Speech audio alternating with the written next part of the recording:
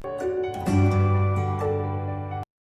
students, again I welcome you all for the online classes of Triveni Memorial Senior Secondary School, and today through this video I am going to explain the second chapter from the book Hornbill, and the name of the chapter is We Are Not Afraid to Die If We Can All Be Together.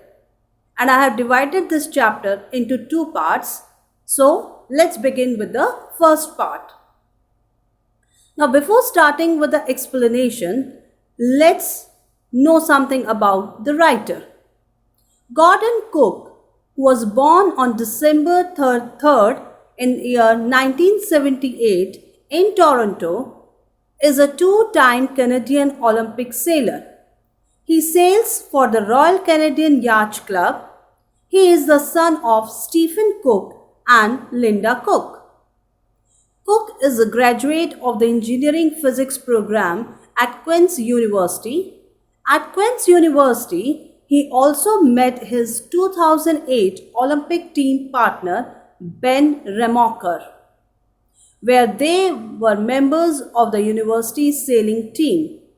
Cook and Remocker became the first Canadian to sail a 49-year in an Olympic regatta at a 2008 Beijing Olympics, where they finished 14th. Alan Gordon, who was born in 1959, is the author of several historical mysteries, the first of which is based on the characters from William Shakespeare's Twelfth Night. He lives in New York City and is a lawyer with a legal aid society. Gordon has also written the libretto for several musicals, and including The Girl Detective and The Usual. He won the 2013 Kaiban Prize for Most Promising Musical Theatre Librettist for The Usual. A graduate of Swarthmore College and the University of Chicago Law School, he is married to Lady, that is the Donners, with whom he has a son, Robert. Now let's begin with the introduction of the lesson. Now the lesson, We Are Not Afraid to Die If We Can All Be Together, written by Gordon Cook and Alan East. The story is about a 37-year-old businessman who is the narrator of the story. He has a wife named Mary and two children, and the name of the children are Jonathan, aged 6 years, and Suzanne, aged 7 years.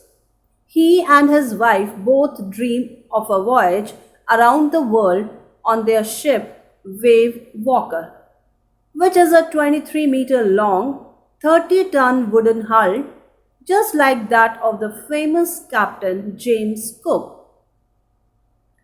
The whole family started sailing from Plymouth, England on July 1976. The initial phase of the 3-year-long journey was from Africa to Cape Town. It was pleasant while heading east. Along with two newly hired crewmen, strong waves hit them and their survival became a question. The story tells us about how they fought each day and survived till the end. Now let's begin with the theme of the story. It is really very important, students. The story, We Are Not Afraid to Die If We Can All Be Together, is an example of the fact that courage, bravery, and togetherness can be a remedy for any illness of the world. The story is about a family who decides to set forth their journey around the world in their ship Wave Walker. The family comprised of narrator, his wife Mary, son Jonathan, and daughter Suzanne.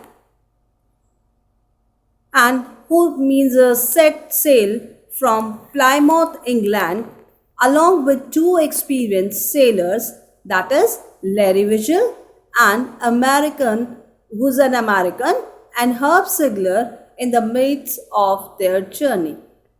They face a very heavy storm in which they have almost predicted that they would not see the morning of the next day.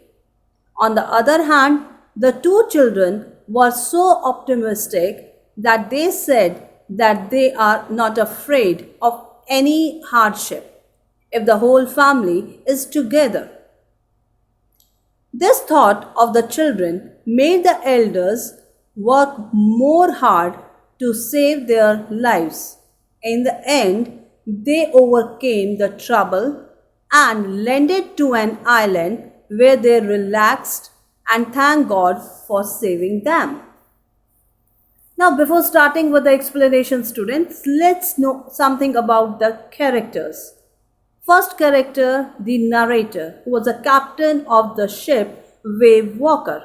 Mary, his wife, means that is the wife of the narrator. Jonathan, a 6-year-old son of the narrator. Suzanne, 7-year-old daughter of the narrator. Larry Vigil, he was an American crewman hired from Cape Town. Herb Sigler, Swiss crewman hired from Cape Town. Now students, let's begin with the explanation.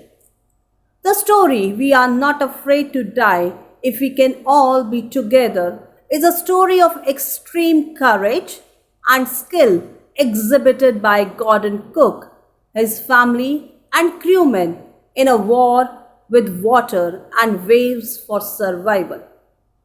The narrator, who was 37-year-old businessman, along with his wife Mary and two children, Jonathan, age 6, and Suzanne, age 7, went on a voyage on their ship in July 1976. They started from Plymouth, England. They wanted to complete the sea trip around the world just like the one that had been completed 200 years ago by a famous captain named James Cook. The narrator and his wife spent 16 years improving their seafaring skills. They got a ship built professionally and a 23-meter long, 30-ton heavy wooden hull called Wave Walker. They took several months to test it in the roughest of the weather. They took the voyage in their professionally built ship, the Wave Walker, accompanied by two experienced sailors, Larry Vigil, an American, and Herb Sigler, a Swiss, to tackle one of the world's roughest seas, the Southern Indian Ocean.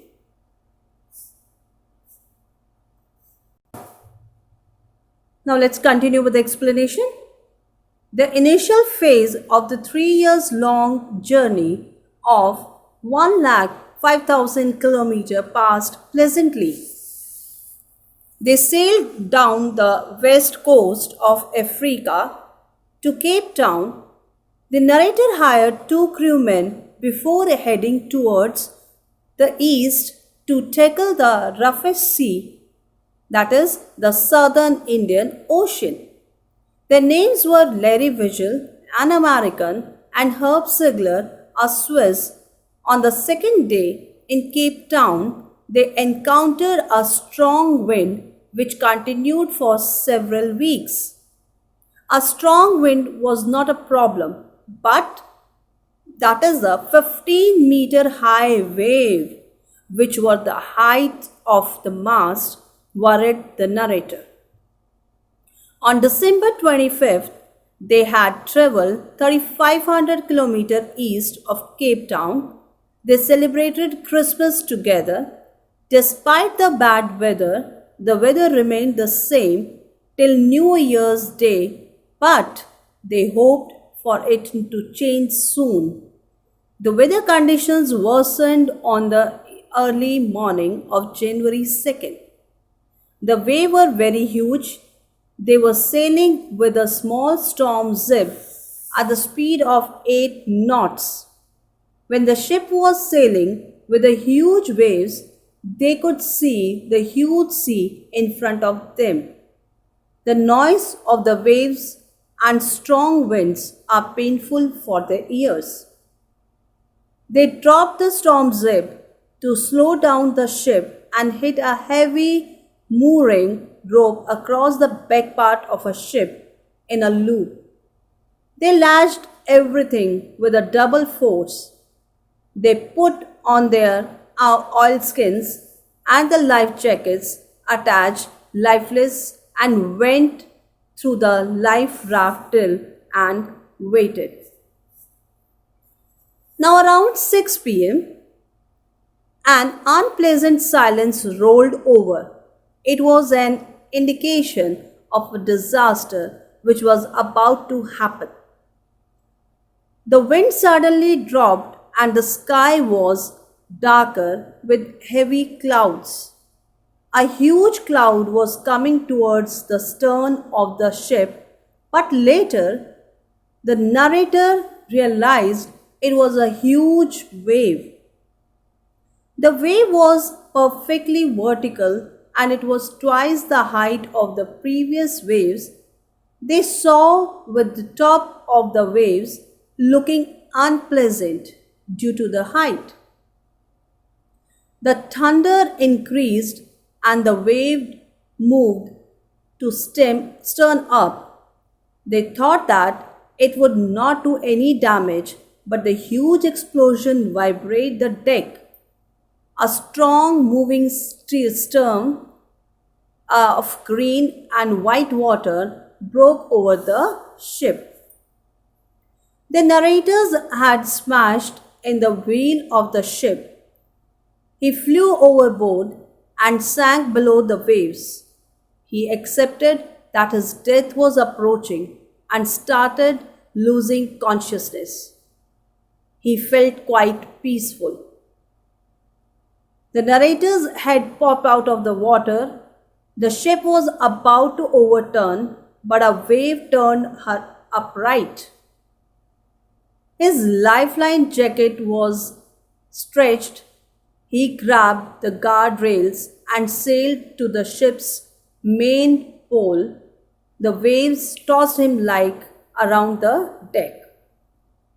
After that, he was injured and his left rib cracked. His mouth filled with blood and he had a broken tooth.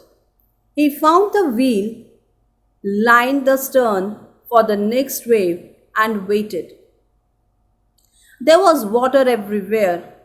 The narrator could feel the water below the ship, but he don't leave the wheel alone. Suddenly, the front door opened and his wife Mary came screaming that they were sinking. She said, "The decks are smashed. We are full of water." The narrator handed her the wheel and climbed towards the door. The crewmen Larry and Herb were pumping the water very fast.